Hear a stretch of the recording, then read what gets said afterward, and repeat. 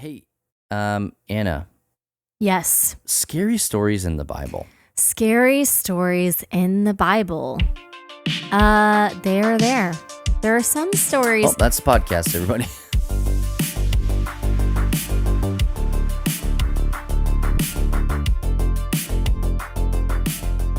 Have you ever been reading a Bible story and been like, what am I reading here?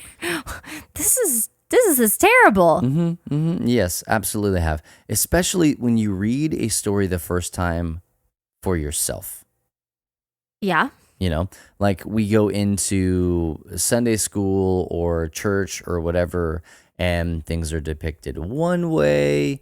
I'm not necessarily going to say it's because of a lie. Maybe it's like the Um, sin of omission Oh. kind of a thing, Yeah. It's trying like to Disneyfy some of these things all of for the children. things that we're telling you happened. Also, some other things happened that we're not really ready to get into right now. Not as savory. We're gonna just start it right off with one of those stories. Let's do it. Is it not as savory? Because now I know that I'm an idiot. Is it not as savory, or it is savory? Because savory is good, right? Savory is good. Less than savory. Less than savory. Unsavory. There we go. We got there. Yeah. Okay. Yeah. Okay. So one of the most popular stories that we tell in the children's wing, or if you're going to find a Christian book at Walmart in the book section, it's probably going to be about this because it's cute, because it has lots of animals in it. You know what it is. Noah's Ark. It has giraffes and elephants and a cute little boat. Sometimes and unicorns. Rainbows.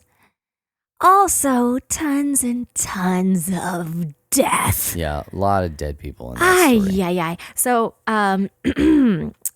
Noah's Ark. The story of Noah's Ark can be found in Genesis chapters 6 through 8.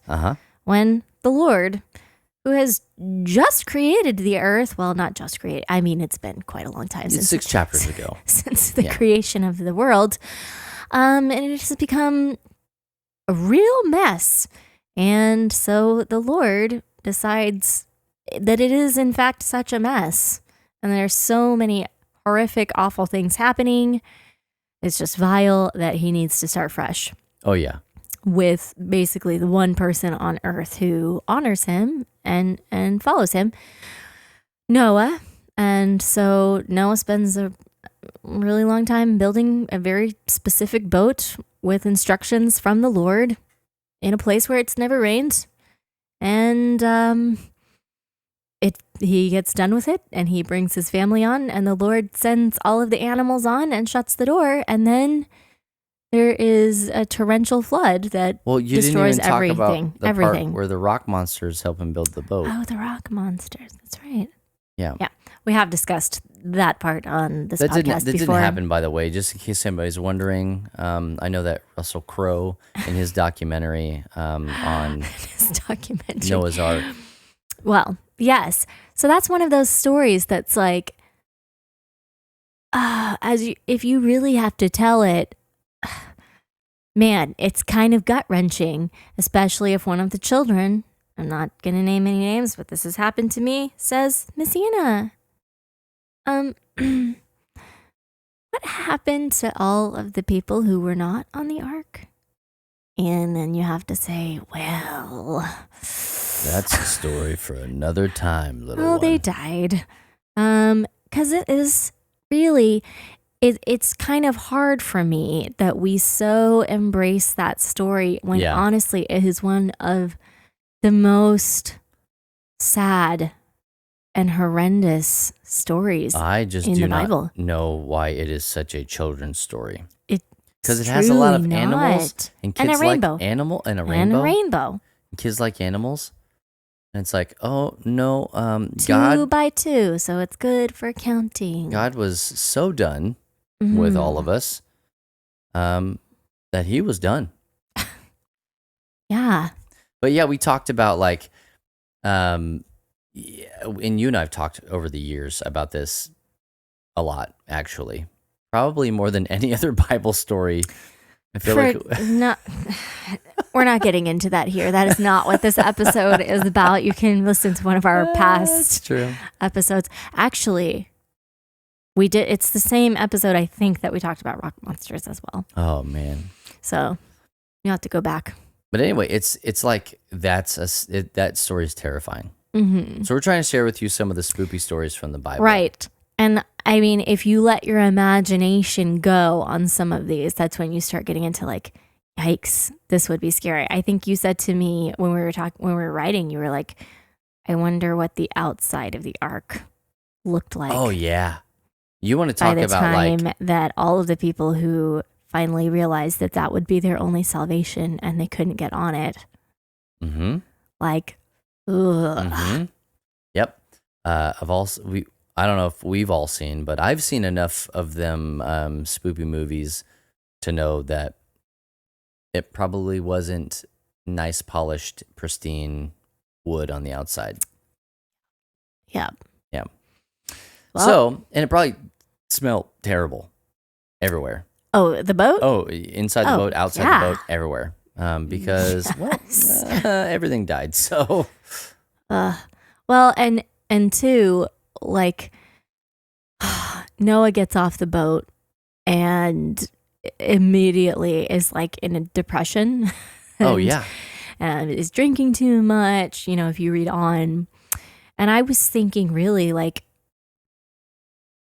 geologically, ecologically speaking, what happens to soil after like if you have a bottle of soil and water and you just shake it up and then the layers settled, then it's not mixed anymore. And like horticulturally, like things don't grow when the soil is poorly mixed. It takes so much and so time. then it would be like, it would be rough. Yeah, it's a good thing they had all that manure on the boat and they just mix it all in. That's a sentence I never thought I would hear. Hey, it's a good thing they had all that manure. I'm putting things together right now. So these are the things that happen in my mind sometimes. Sorry, everyone. Hey, at this rate, we're going to get through 2 stories. Okay, let's keep going. Yeah. Also, Samson. There are specific parts of Samson's story, but honestly, the whole thing from tip to tail. Dude. I'm horrified. Oh, tip to tail. I see what you did there. Yeah. By all of Samson's story. It's just, there are a couple of Bible story of biblical characters that it's hard for me to wrap my mind around the fact that God used a person like that. Yeah. And Samson and his unfettered rage is definitely one of them. One of those people.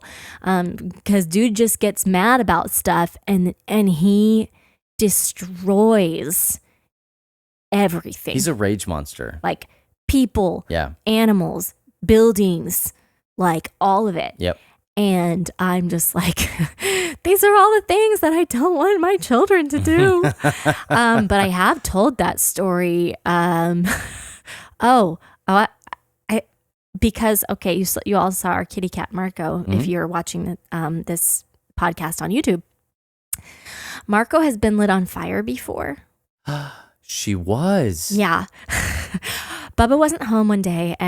He was on some LTN trip. Shocker.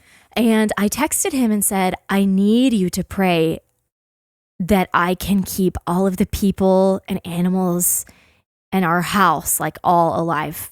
Not our house alive, but like our house is in alive, one, by the way, yeah. Because like, I'm not trying to be dramatic, but Caleb just lit the cat on fire. Jeez. I was sitting in the house and all of a sudden I smelled burning hair and I ran around the entire house trying to figure out why I was smelling burning hair. And he came up to me and was like, Mommy, it was me. because I saw Marco sitting there and I thought she might be kind of cold. Oh so my I took gosh. this lighter and I just tried to warm up her fur with the lighter. And it was just on fire for a couple of seconds. To be fair, it worked. And she was fine. She had no idea. She had to have some idea because it smelled horrendous. But I was like, do you know what can happen if you light an animal on fire? And so I read him this story of Samson getting angry and tying pairs of foxes together and lighting their tails on fire. Yeah. Everyone. Yeah. What? And I was thinking, part of it is that he's been at this party.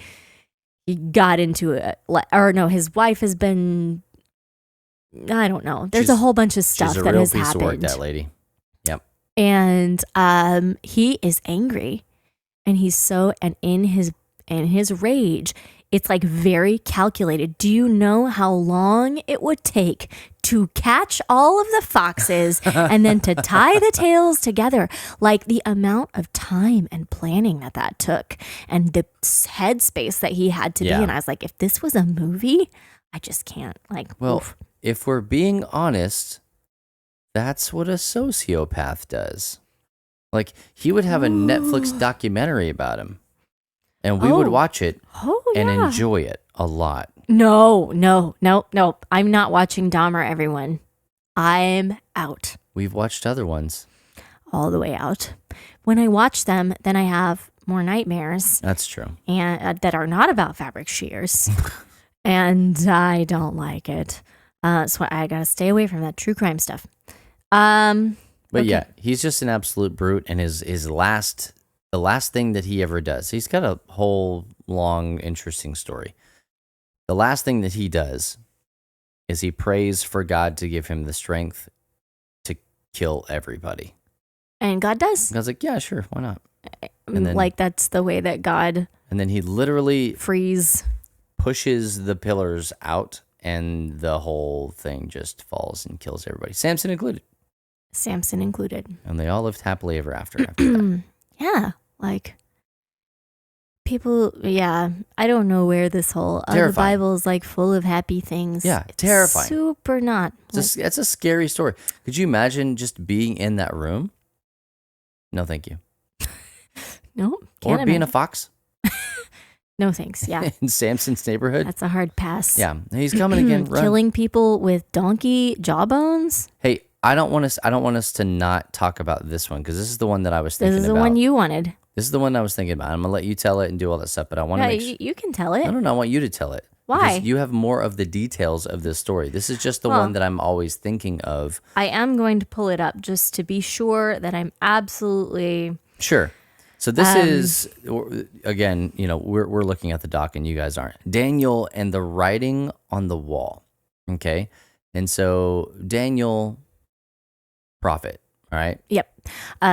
In the kingdom of Babylon, because he and all of the young men who were healthy and seemed like they'd be beneficial to the Babylon Empire have been taken into captivity. They have been turned into eunuchs. Yes.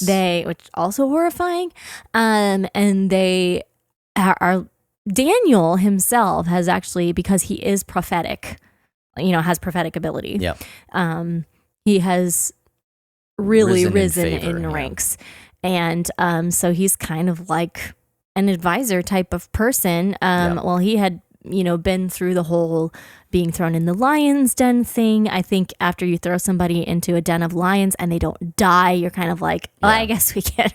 I guess we a lot can't of really really crazy. I'm just putting all of this together. I'm such a goofball. I'm kind of putting all this together. Like Daniel, that dude saw some supernatural stuff. Oh yeah. In his life. Oh yeah.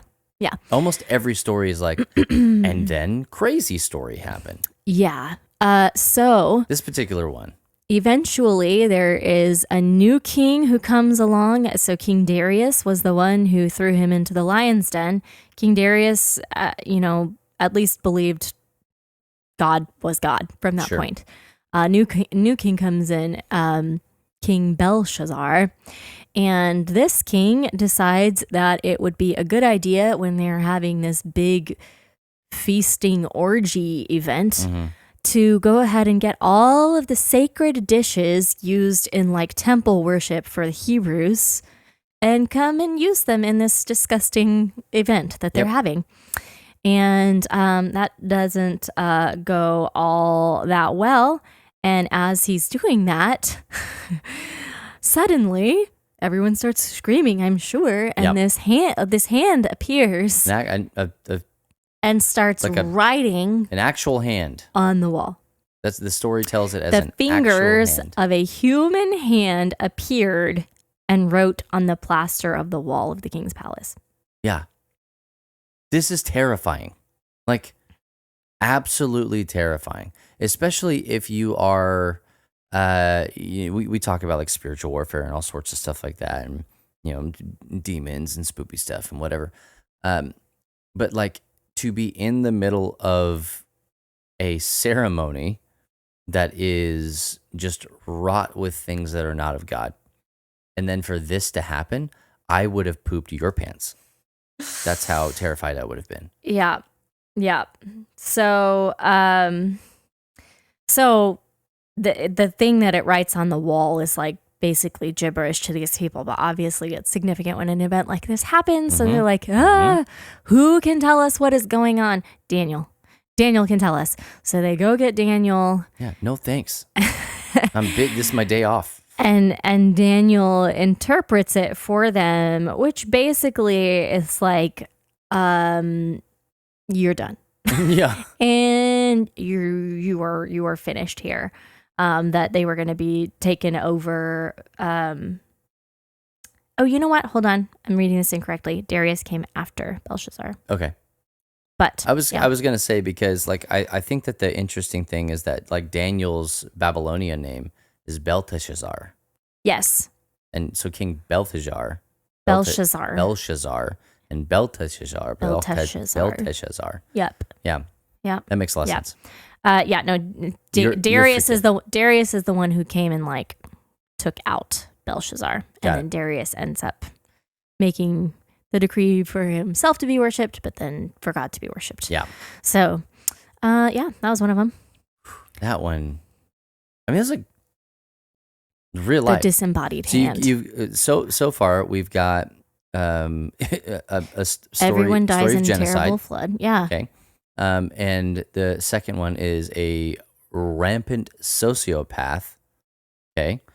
That with just unlimited amounts of strength. These are all through obviously a different lens than sure. we typically read them. And now we have like this creepy disembodied hand scribbling on the wall. Mm-hmm. Death messages, scribbling curses on the wall. Yes. Yeah. It's not like to whom it may concern. We've been trying to reach you about your car's extended warranty. Like it's like really scary stuff. And so, I mean, we say all that to say this, like there are some other things that we can talk. I think we got time to do this last one. You want to do this? Yeah. Okay. Let's do this last one here. Last one, Saul and the medium of Endor. I feel like you need to say Endor. Like Mordor. Uh-huh. Yeah. Numenor. Yeah. Okay. We've been watching Rings of Power. We have. Okay, so this is found in 1 Samuel 28. Mm-hmm. Saul, who was the king that the Lord set up, had like told everybody in the land, hey, stop worshiping idols, stop doing this, stop doing that. All you people who have been calling up dead spirits and whatnot, like you gotta quit. These types of things are punishable by death, right? Ends up falling out of the Lord's favor, not just through chance, but through some specific decisions that he made. But once he falls out of the Lord's favor, he basically goes crazy.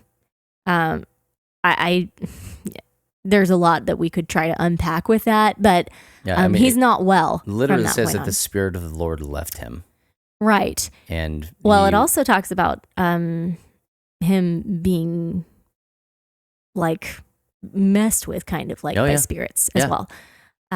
So not in a good place, generally speaking, but also like the things he's trying to do as king, generally he's hitting dead ends and walls everywhere. He's losing battles. His nation is just not doing well. And so he starts to panic. His prophet, Samuel, had died. Mm. And, Samuel was the Lord's prophet. And so generally that's where you got answers from. It's where you got advice from, or who you asked to bless you. Well, he doesn't have that person anymore. And so what does he do? He decides that he should go try and call that dude back. And so in his own kingdom, where he has made it illegal to do any kind of necromancy or trying to communicate with the dead, he finds a medium That's doing it anyway. as they want to do. And goes to her, like tries to disguise himself. This is before YouTube or like the internet, so his picture wasn't everywhere. I'm thinking of, what was it? Was it Chad? So there was an SNL skit where Kylo Ren goes onto the Death Star, and it's like undercover boss. Oh, And they're yeah. like, that's totally Kylo.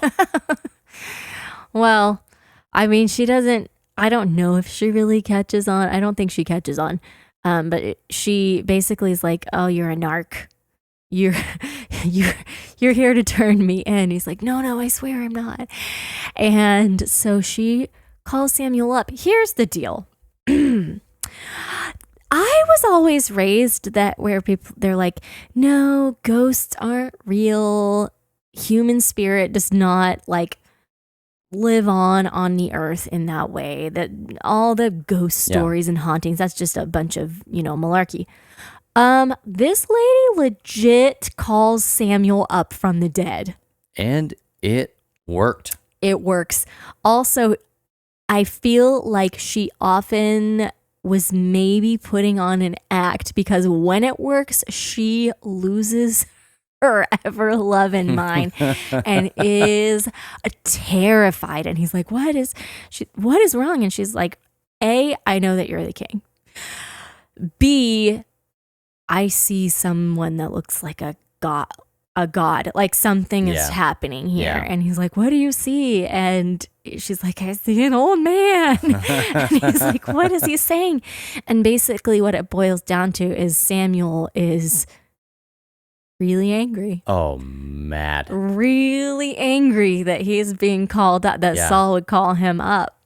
Like, I don't fully understand this story, if it's just like that the Lord let it happen. And that Saul would be, or that Samuel would be like, I can't even believe you would try this. Yeah. Like, how'd you get this number? Yeah.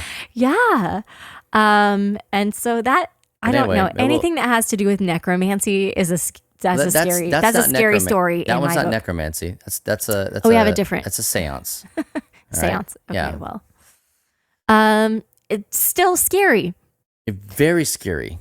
And yeah. For what it's worth, Kylo's undercover boss name was Matt. Matt, the radar technician. I looked it up.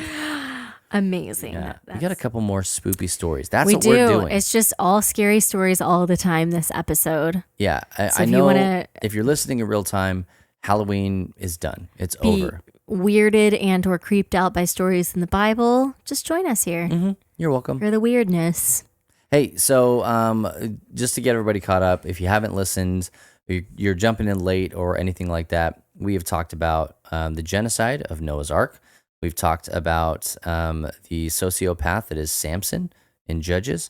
We have talked about Daniel and the disembodied hand and it writing curses on the wall in Daniel chapter 5. And we also talked about Saul and the medium of Endor in 1 Samuel 28, where Saul finds a pagan medium to basically, 1-800 AT&T, collect call his prophet from the dead. Prophet of the Lord. Yeah. Nits. Mm-hmm. So, we're not done. We've got 4 more stories that we want to bring your attention to, and hopefully you guys can sit around and read these scary stories out of the Bible. This one's out of 2 Kings. Yeah. And this is a pretty popular one, at least that grandparents will tell to children. Is that where? I mean, your grandparents didn't tell it to you. No. When did you first hear this story? I actually first heard this story in youth group. Okay, yeah, when they're Which also telling checks weird out. stories. I had a lot. I don't want to give it away. I had a lot of bald youth leaders. You are giving it away. Yeah, spoiler alert. It does have to do with being bald. Elisha and the bears. So Elijah, one of the really great prophets of the Lord, Yeah. who didn't die a natural death. No, taken up. He was taken up to heaven in the chariot of fire. Dun, dun, dun, dun, dun, dun. Oh, don't get us DMCA'd. I can't believe you just beeped me. Okay. Anyway. I did what I had to do. So he gets taken up, and then there's a little bit of pomp and circumstance about like that passing the mantle to Elisha. Basically, first thing that happens to Elisha is a whole bunch of Like almost like first day on the job. It a feels whole like. bunch of booger-headed boys Oh my start gosh. following him around and being like, I'm gonna guess 5th grade. he's bald. They say, "Go up, bald head. Go up, bald head." And he Like, gets. what even does that mean? I don't know, but he gets Dude, mad. Elisha is having none of it. Did you say this in 2 Kings 2? I said 2 Kings. 23 through 34. It's only 2 verses. And I couldn't believe that. That's all you But need. basically, he like turns around and he curses them. And these 2 she-bears come out of the woods and eat Nom, nom, nom, nom, nom. the boys. Yep. I definitely heard this story in Sunday school. Hmm? I don't know what was the angle? I don't know. But I know I heard it in Sunday school. And here's a question I had for you. Oh yeah. How many boys do you think were consumed? Well, enough to satisfy 2 female bears. I'm going to assume that this was right after hibernation. Oh, good Just thought. gonna I guess assume. maybe. And so they were many hungry. I'm gonna say it was 6 children. Oh, you are so. That is a woefully inadequate guess. Not enough? No, 50 children. not quite. 30? 42. 42 kids. Yes. That's an entire generation of children. I just realized that, like, as I was reading through this, 42 children, boys. Yes. 42. That's 2 she-bears. Now, they weren't actually eaten. They were torn. I'm sure there was some that were eaten. That's wait, how many? 42? 42. 42. That is holy geez, that's like the entire Said some small boys came out of the city and jeered at him, saying, "Go up, you bald head. Go up, you bald yeah, head." that's like the entire 4th, 5th, and 6th grade class. Yeah. All of them. Bye. Starting over with 3rd So- graders, I guess. That's gnarly. I didn't know it was that many kids. I It's thought it was like just like a made couple so of much kids, like- worse when it's not like 3 or 4 kids. Okay. It's like So that makes kids are mean. I just was gonna say this because I've always been like, why did that bother him so much? Like, shut up, man, leave me alone. It's like a whole gang of them. Yeah, he gets freaking ganged up on by 42 kids. He's like, nope, not on my first day. Not on my first day. You got to make examples, I guess. Could argue went overboard. I I'm not familiar with God coming back and being like, and the one time when Elisha made all those kids get eaten by those bears. Here's the thing that I don't understand. Moses was so patient so many times. Oh, dude. With the children of Israel. And then one time he got really angry and he, instead of touching the rock, or instead of speaking to the rock, he hit it with a stick. And God was like, no promised land for you, Moses. But Elisha back a line curses these boys in the name of the Lord, and then bears come out and kill 42. I don't like Elisha. I guess because Elisha, it says he cursed them, but it didn't say that he ordered the bears to come out. So maybe he just cursed him as like the Lord. And what happens. I don't know, dude. Again, these are gnarly stories. Like I don't like it. Terrifying. Yep. Bears come out of the woods and just eat 42 kids. Yes, it's scary. Yeah. That's scary. Not as scary as the next story, I think. Fair enough. Yeah. I'll give you that one. Let's go backwards in time to Exodus chapter 12. Which is the story of the angel of death.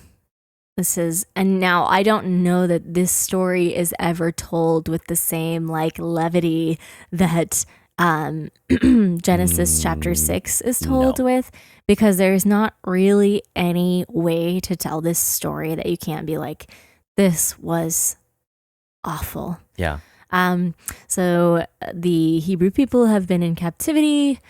Moses, who has been raised with the Egyptian people, is called into the desert, spends some time with the Lord. The Lord tells him, hey, Moses, you are going to be the one who delivers the people. And he says, anybody else that you could send? Yeah, next, please. Goes through the whole thing.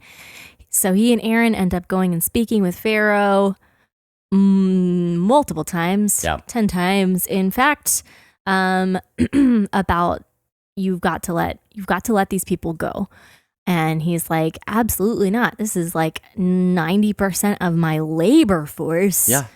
Do you think I'm stupid? Yes, I hate them, but also no, not a chance. And so he's like, here's the deal. You can let us go, or you can have kind of that choice. Like it's going to get worse and worse and worse. Yeah. And every time he says no, something bad happens. I think it's pretty bad with the first one, which is all of the water in the river turning to blood, and they're a river community. Have all these plagues that are starting to befall people. Can you imagine water turning to blood? How that would smell in the hole? Yeah, actually, I can. Anyway, it's flies, it's gnats, it's like it starts to get more and more and more catastrophic as all of their food supply for the entire nation, like all of their meat, all of their grain, all of their water. I guess if they started eating frogs, which was another one, or locusts, which you can eat, maybe that was their protein source because all of everything else was dead. I don't know. That whole thing is a fascinating study. This is on topic, but off of it. I heard Tim Mackey talk about like the progression of those and how each one of those things ran hand in hand with something that was positive in the land, right? But it was just like, oh, now it's not, like even the locusts, like they were not just seen as just this pestilent, right? They were a delicacy in some way. Yeah. Anyway, continue. Yeah. Sorry. So anyway, it gets right up there to the end, and Moses is like, "You really have got to do this," and he's like, "No, I'm not gonna do it." And Moses is like, "Okay." But he has to go and ready his own people because the next thing that's going to happen is like so bad. And that is that an angel of death is going to come and kill the firstborn of every family, from Pharaoh's family all the way down to like the lowest servant, indiscriminately. Unless you have, done this ritual of the sacrifice of the lamb. And so this, leads into Passover, which is this hugely monumental, important story for the Hebrew people. But the event, I mean, the way that it talks about it, like that in the morning, there is just wailing Yeah. that can be heard in every household Yeah. in Egypt. And how chilling Yeah. and just heartbreaking that would be. And from that point on, there's a bunch of Egyptians who already were done with Pharaoh and the way that he was leading the nation and was like being so stubborn. Like, obviously there's something to what this guy is saying. Why don't you just do the thing? Please do the thing. And he doesn't. And it costs them all. Oh man. So much. And so eventually some of the Egyptians go with the Hebrews. Yeah. And please leave. Please take all of our things and everything. Yeah. Yeah. Awful story. Yeah. That one's just it's chilling, right? It's not scary. Might be the wrong word to use. When you watch The Prince of Egypt, like the little silly cartoon thing, yeah, I kind of like the cartoon. That's a scary scene. Like they're in their houses and it's like this weird wispy light and it's like coming to the door and searching and then and like you can see this family all huddled up and like, oh my gosh, and then it goes away because it sees the stuff on the door. Yeah, in my brain it's not like that. There's nothing visual about it. Yeah. Right? It is just it's the you wake up. They just did not make it through the night. Yeah, and oh man, oof. And discovering. I can't imagine. I just can't. Yeah, chilling. That's, I mean, like, oof. Yeah. No, thank you. Yeah. Hey, next one we got here is out of Numbers 16. Okay. Everybody's favorite book of the Bible here, Numbers. This is one that you brought up, I think. And I was like, really? You think that's a scary story? Uh-huh. And when I read it, holy shnikes. Pretty scary, huh? I did not like it. Yeah. There were a lot, and this doesn't happen very often, folks, that there's things that I recall about stories in scripture that you don't. It's usually I say something close or far off, and you're like, no, dummy, this is what it is. But in this story, this is the story of the ground opening up and swallowing like Korah and Dathan and even I think what makes this a little bit more scary for me is that it's the Levites. Like these are the people that God has set aside to be his holy priesthood. And this is the very, not all of them, obviously, but this is the very group of people that end up meeting their doom. And it's terrifying. You're gonna talk about it here in just a second, but the kind of the punchline of all of it is that the ground opens up, swallows them, and then closes back over them. Closes back up. It's not just like and then there's the Grand Canyon. And then more people die after that. Yeah. So the whole issue is that a couple of guys decide, why are Moses and Aaron elevated above the rest of us? Yeah. Not cool. This isn't fair. Why should you get this? And we're doing all this work and you're getting all the credit or whatever. I don't know. So they basically start leading this rebellion. And Moses is like, oh dear. Because in the morning God's gonna show you what's up. And he warns everybody, like, everybody get away from these guys. Everybody give them a wide berth.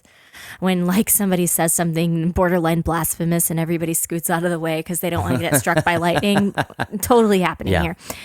And so what ends up happening is the ground, like you said, it opens up.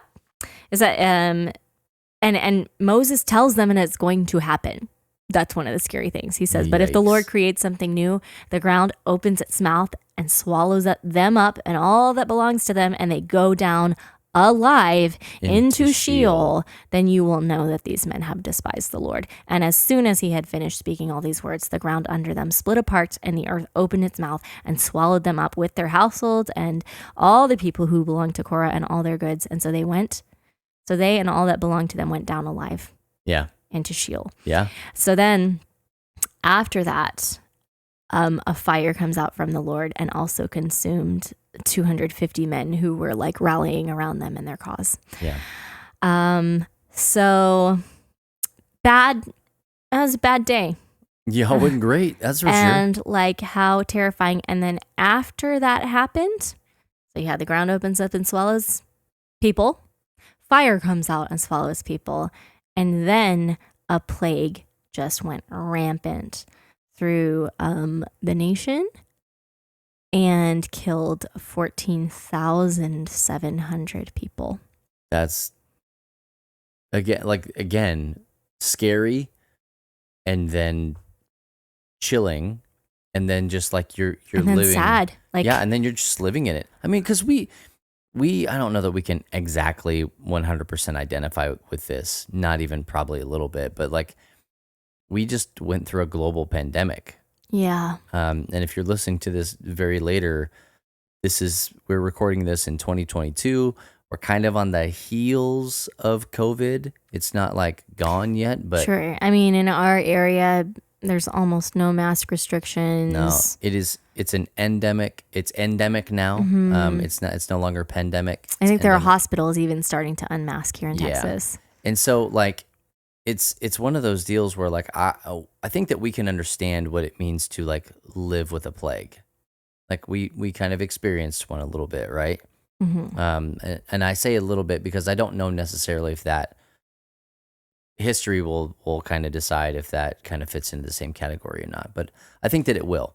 And so for all of that stuff to happen, I mean, for us personally, it might feel farther away, but I think for hospital workers and for people who are seeing bodies stack up in morgues, fair enough. absolutely plague status. Yeah. You And know? so we know what it's like. Also, there's, right now there are, at least where we live in Texas, it's just like we hear about the hurricanes. They're just coming through, constantly coming through. And we're not even like necessarily affected by them, but we have, people that are fleeing up to our area every time that there is a hurricane. And so they're constantly hitting Florida and, the Gulf Coast, Galveston, all that stuff. And so like for all of those things to happen, let's just replace the ground opening up and swallowing people with getting swept away by a hurricane. It would be like the hurricane hitting and then there being a massive fire that just decimates everybody. And then COVID hits, like with no time to breathe in between. That's just exhausting. That's a different kind of fear, right?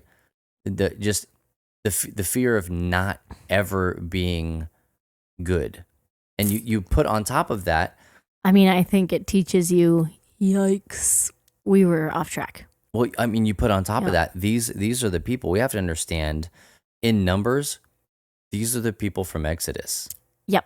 Like, who had already escaped the Passover, event and all that. Yeah. In number 16, we're kind of in the first census that's being done since they've made the mass exodus, right? We're probably on the heels of the first census coming into the second one. And so like this is kind of the end of that first generation of people that came out of Egypt. And so they saw all of the things they may have worked, with Pharaoh, for Pharaoh as his slaves, and seen all the things that God did, the golden calf, Moses on the mountain, all that stuff, pillar of fire by day, smoke by day, fire by night. Like they've seen all this stuff, the manna, vomiting out, quail, like all these things. And now that's the culmination of their story. Like those people, that is the culmination of their story, is they just died in one of those three ways. They either got swallowed up by the ground, burned by the fire, or, died of the plague. And that is terrifying, you know, so you could almost say that some of those people just never really knew peace, you know? Yeah. And so again, like not everything is like, slasher movie scary. It's just like, man, there's just, to not have that peace, that'll mess with you in a big kind of way. Yeah. Last but not least, because we do got to get out of here, the demon-possessed man, Legion. Okay. Yep. And you just also put in here all the demon stories, Mark 5, 1 through 20. All of the demon stories are scary, like demon possession stories. Yeah. I hate them. I hate them all. I know that you do. But this one is really scary to me because, this, like, the level, we can call it, this now, we're like, what is the line between demon possession and mental illness? Like, is this just a mentally ill person? Maybe the answer is just yes to all of it. But he, is so, there were demon possessed people who lived in cities. Yeah. Paul, or was it Paul, or was it, I think it was Paul or Peter, but I think it was Paul, was followed around by a girl who were like, these men are servants of the Most High, and like making a really big, annoying deal about them everywhere they go. And they're like, this is not helping us, lady. Yeah. And like they turn around, and so, but she had a job. She was in society despite the fact that she was demon possessed. Sure. Other stories are like, a little boy who like would throw himself into fires. Yeah. Where it's like, it's not, obviously that's not good, but not maybe quite at the level of this particular man who is so tormented that like he cannot live in society anymore. He's not taking care of himself at all. He's like out there chained up. He's out there like, screaming and cursing and like hurting himself. Cutting himself and all, like, just, I can't, like, being in his presence would be terrifying. Yeah. Not just like creepy, not just unsettling, but like legitimately scary. Yeah, it would terrifying. be scary to be around him. And he has no peace at all. And Jesus goes and like shows, in the end, shows the demons possessing him who's boss, you know, and they flee into the pigs and are drowned in the sea or whatever. But just that moment where Jesus speaks to him, this is in Mark chapter 5, in case you didn't hear when Bubba said it earlier, the moment that Jesus speaks to him and asks him what his name is. And where is it? He says, come out of the man, you unclean spirit. And Jesus asked him, what is your name? And he replied, my name is Legion, for we are many. Yeah. That's the hair on the back of your neck. Yes. Like, and this is most horror movies. Yeah. This one right here. Except in most horror movies, it doesn't end up with Jesus saying, casting them out. Yeah, and a person at peace. That is never how a horror movie ends, and that's part of the horror of it all. Yeah. But yeah.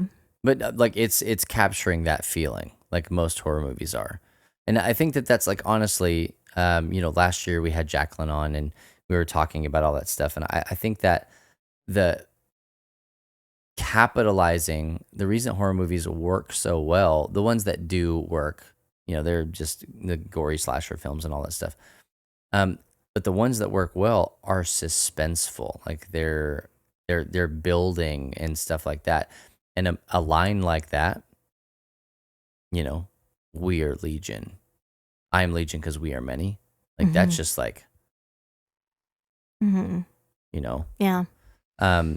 And so like, I think that obviously anytime you have any, this story with demons and stuff like that, like they're not meant to be pleasant stories. They're not meant to be Sunday school, kind of stories that you share with kids.